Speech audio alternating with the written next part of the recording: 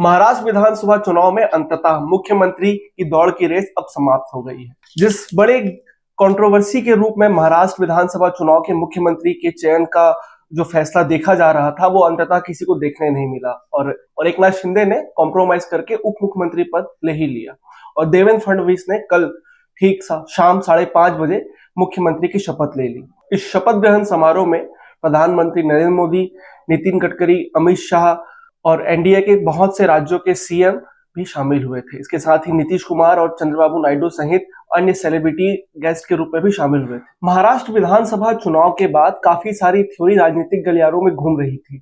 कुछ लोगों का कहना यह था कि जिस तरह से छत्तीसगढ़, मध्य प्रदेश और राजस्थान में सीएम का चेहरा नया था, उसी तरह से महाराष्ट्र में भी सीएम का चेहरा इस बार बदलेगा।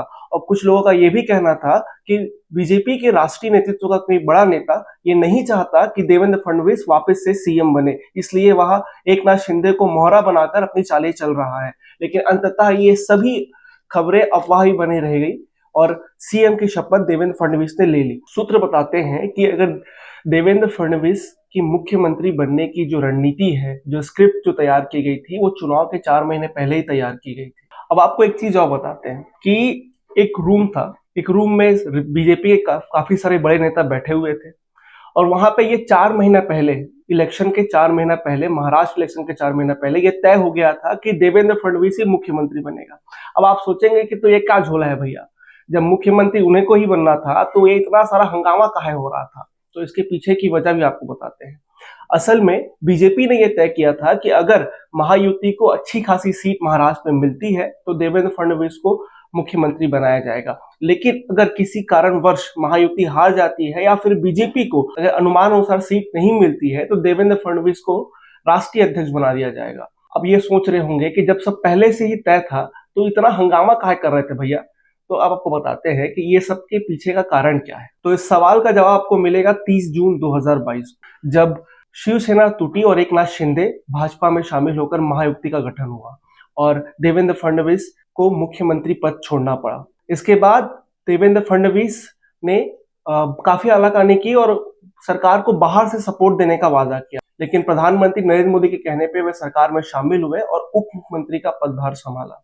इसके बाद से वे आरएसएस प्रमुख मोहन भागवत और प्रधानमंत्री नरेंद्र मोदी के दोनों के चहेते बन गए थे।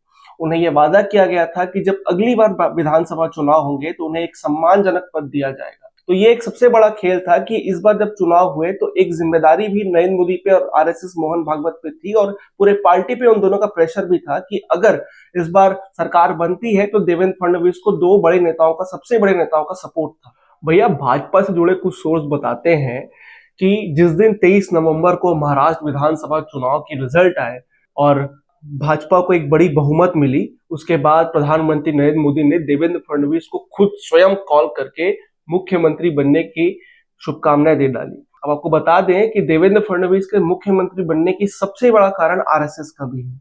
आपको याद होगा जब लोकसभा चुनाव हुए तो आपको कई बार सुनने मिला होगा कि आरएसएस और बीजेपी में काफी खटपट चल रही है। महायुति में देवेंद्र फडणवीस की भूमिका को नकारा नहीं जा सकता है। जब वे पहली बार मुख्यमंत्री बने थे तो उनका 5 साल का कार्यकाल काफी अच्छा रहा था। इसकी वजह ये हुई कि जब 2019 में विधानसभा चुनाव हुए तो पार्टी का परफॉर्मेंस और भी अच्छा निकला। बीजेपी को भी अच्छी सीटें मिली, शिवसेना को भी अच्छी सीटें मिली और उसके बाद से ही देवेंद्र फडणवीस की भूमिका जो है वो पार्टी में काफी महत्वपूर्ण है। यहाँ तक कि वो बीजेपी के स्टार प्रचारक तो है ही, लेकिन कैंडिडेट के सिलेक्शन से लेकर बाकी महायुति के जो गठबंधन की जितनी भी पार्टियां हैं उनमें आपसी तालमेल का भी काम जो है, बनाए रखने का काम जो है, वो भी देवेंद्र फडणवीस के कंधों पर ही है।